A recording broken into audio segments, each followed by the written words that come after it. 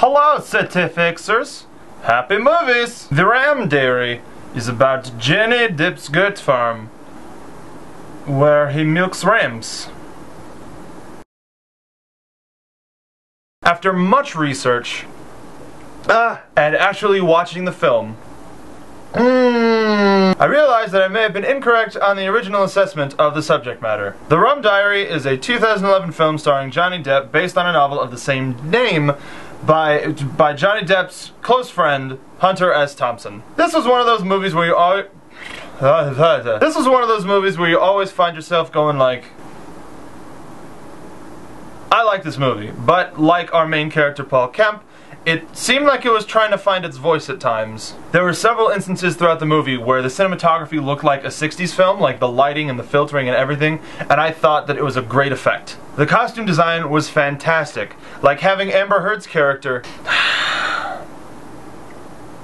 For example, having Amber Heard's character in a bright red dress while everybody else was in pastel or dark colors was a great visual marker and just perfect for the audience to be right in there. Giovanni Ribisi was a genius in this movie. Some of you might remember him as Phoebe's brother from Friends. His character, Moberg, was always portrayed as a loose cannon, but not necessarily in a bad way. I thought that there was going to be something that comes from all of the Hitler speeches and the recordings and the Nazi paraphernalia, but it ended up just adding to his mystery. Why the f*** was there a bedazzled tortoise in this movie?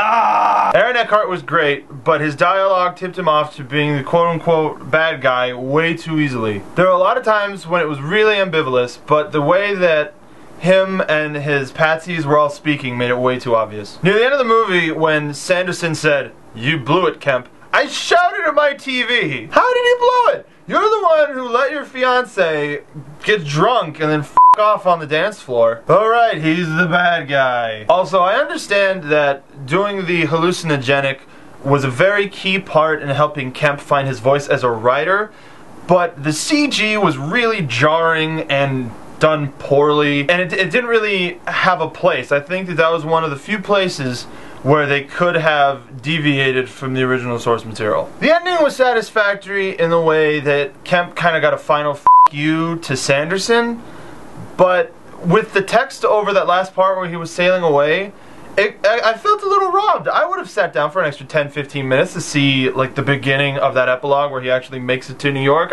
I feel a little robbed. And a little drunk. Drinking is bad, kids. This movie felt like a book, but in a good way. I actually want to go down to a local bookstore, if there are any left, and pick it up. It seems like it'll be a nice read, because I really enjoyed being in this world with these characters. It did drag a little at times. To Zoe and Marley, I would prescribe this movie to you, but I don't have my degree in Tiki yet.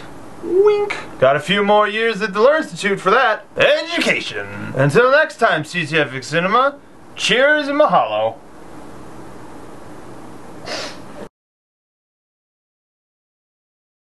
This is a really bad idea. Like a really, really bad idea.